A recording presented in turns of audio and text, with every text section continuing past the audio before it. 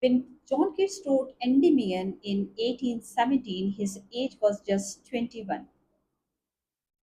Talking about Endymion's story, he was a handsome young shepherd prince who had a beautiful dream. In his dream, he saw the moon goddess and fell deeply in love with her. She was shining with silver light. Her love stayed so deep in his heart that he couldn't forget her. So he left his home and kingdom to find her. On his journey, he faced so many difficulties. He had to walk through dark caves, deep oceans, and lonely forests. During his journey, he met so many people and saw different kind of beauty. Once even he saw an Indian maiden who was sad and kind, just like him. In spite of all these temptations and attractions, his heart stayed true to the moon goddess. And at the end, he discovered something really, really amazing, that the Indian maiden was in fact the moon goddess in disguise. She had been just testing his love and faith for her. When he had proved that his love was real, they were finally united. Through this story, Keats tells us that true love, beauty, and dreams never die.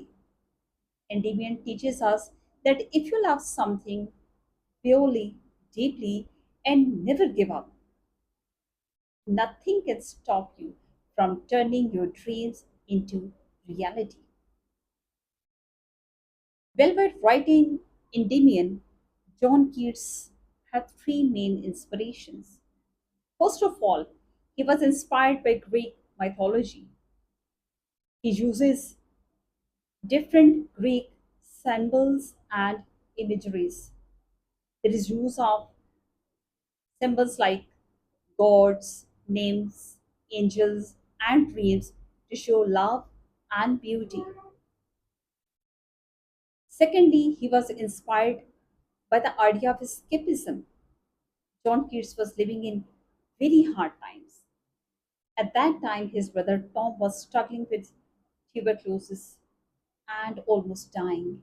And it was the same time when the critics had been attacking the young poets.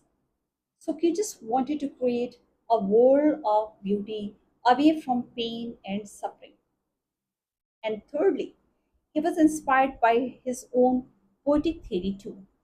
He believed that poetry can lift the human soul. In fact, he called poetry the wine of life.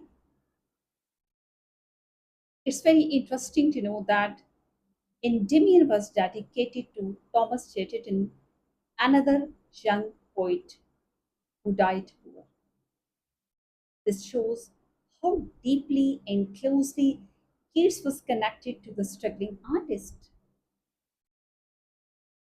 The core idea of Endymion is the quest for ideal beauty and love, and how that quest makes a man mature.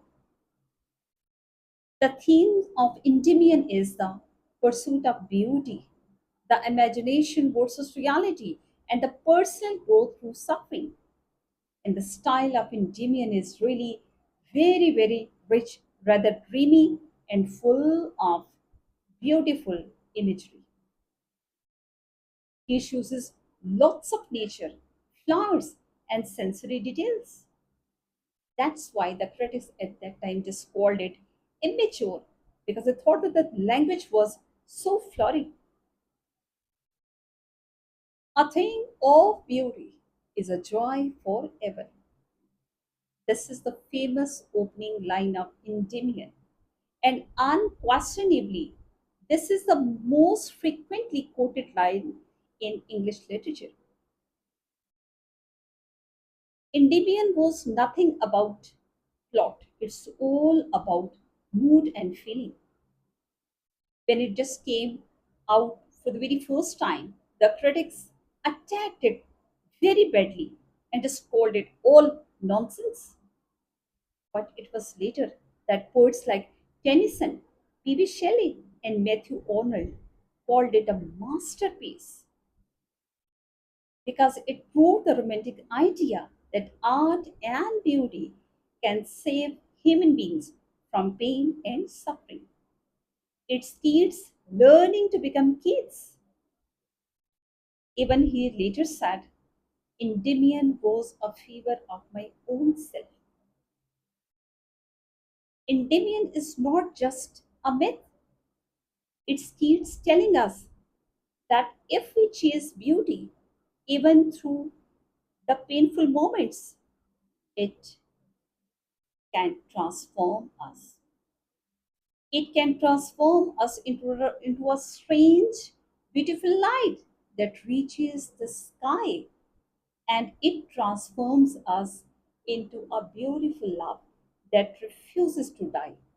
Yes, yes, that refuses to die.